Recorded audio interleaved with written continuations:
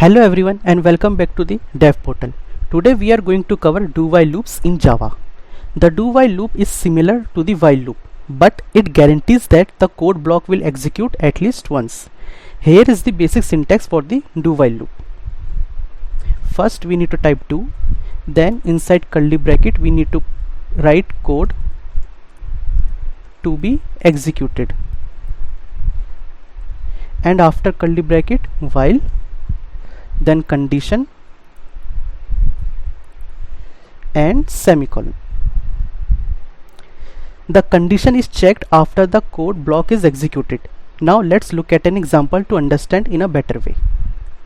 Let me create one variable int I is equal to 0 and I will type do curly brackets sysout I is equal to, and I will print the value of I, and then I will increment it by 1, and in the end while I less than 5. Let me save this code and run it for you. In this example, the code block is executed first, printing the value of I and then increment it by 1. The loop will run as long as I is less than 5, printing value from 0 to 4, as you can see in the console. The do-while loop is useful in scenarios where we want to ensure that the code block runs at least once, such as displaying the menu to the user and asking for user input.